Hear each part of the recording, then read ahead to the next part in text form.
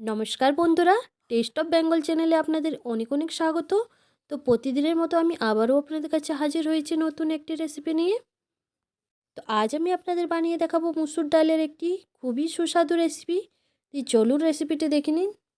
এই রেসিপিটি যদি বন্ধুরা আপনারা কাউকে বানিয়ে খাওয়ান, তাহলে কিন্তু সে আপনার প্রশংসায় পঞ্চমুখ হবেই হবে। তো এই মুসুর ডালের রেসিপিটি বানানোর জন্য আমি এখানে নিয়ে নিচ্ছি 1 বাটি পরিমাণে মুসুর ডালকে। এখন মুসুর ডালটাকে ঠান্ডা জল দিয়ে ভালোভাবে পরিষ্কার করে ধুয়ে নেব। তো এইভাবে করে হাতের সাহায্যে একটু ঘষে ঘষে ডালটাকে ধুয়ে নেব। তো মুসুর ডালটাকে কিন্তু আমি এখন ভালোভাবে কচলে কচলে একটু ধুয়ে নিচ্ছি। 2-3 বার করে জল পাল্টে পাল্টে আমি মুসুর ডালটাকে পরিষ্কার করে ধুয়ে নিলাম। এরপর আমি মুসুর ডালের মধ্যে দিয়ে দিলাম উষ্ণ গরম জল। দিয়ে এখন মুসুর ডালটাকে আমি ঢাকনা দিয়ে 30 মিনিটের মতো ঢাকনা চাপা দিয়ে রেখে দেব। তো ততক্ষণে কিন্তু আমি এদিকে দেখুন, 2টো পাকা টমেটো আর 3-4টে মতো শুকনো লঙ্কাকে আমি একটু ভাপিয়ে নিলাম। তো ভাপানো হয়ে গিয়েছে, এখন এগুলোকে আমি তুলে একটি প্লেটের মধ্যে রেখে নেব। তো দেখুন বন্ধুরা, আমি তুলে একটি প্লেটের মধ্যে নিয়ে নিয়েছি। এরপর এগুলো যখন ঠান্ডা হয়ে যাবে পেস্ট বানিয়ে নেব। তো বন্ধুরা, এইভাবে করে যদি আপনারা মুসুর ডালের এই রেসিপি একবার বানান, তাহলে কিন্তু বারবার বানাবেন, এই কথা দিচ্ছি। তো মুসুর ডালটা যেহেতু আমি উষ্ণ গরম জলে ভিজিয়ে রেখেছিলাম, তাই এটা কিন্তু তাড়াতাড়িভাবে পেস্টও হয়ে যাবে। তো মুসুর ডালটাকে কিন্তু আমি এখন জল থেকে ছেঁকে নিয়ে একটি মিক্সিং জারের মধ্যে দিয়ে দিলাম। তো তার সঙ্গে যে আমি 3-4টে শুকনো লঙ্কাকে একটু ভাপিয়ে নিয়েছিলাম, সেটাও কিন্তু এখন মিক্সিং জারের মধ্যে দিয়ে দিলাম। এখন এগুলোকে পেস্ট করে নিচ্ছি। তো এরপর কিন্তু আমি সামান্য একটু জলও দিয়ে দিলাম, যাতে করে ভালোভাবে মিহি করে পেস্ট হয়ে যায়। দেখুন, আমি এখানে মুসুর ডালটাকে একেবারে মিহি করে বেটে নিয়েছি। তো বেটে রাখা মুসুর ডালটাকে আমি একটা এখন গোল বোলের মধ্যে ট্রান্সফার করে দিলাম।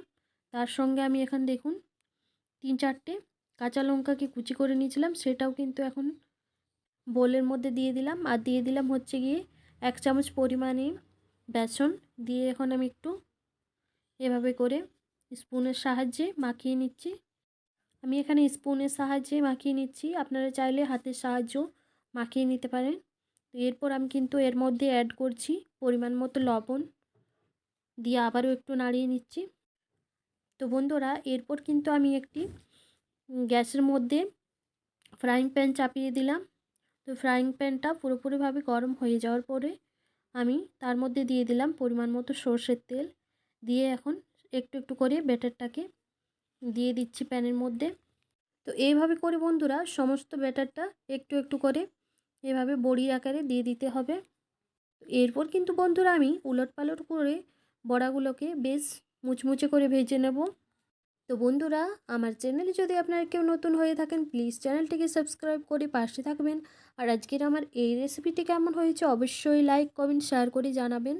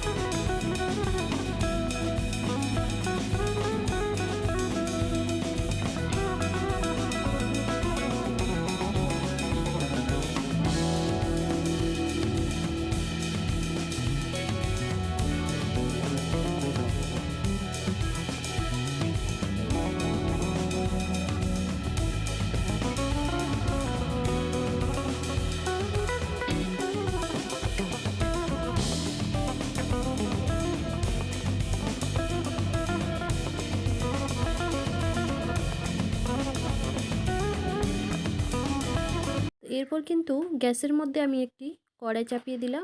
তো কড়াইটা গরম হয়ে যাওয়ার পর পরিমাণ মতো সর্ষের তেল কড়াইয়ের মধ্যে দিয়ে দিলাম।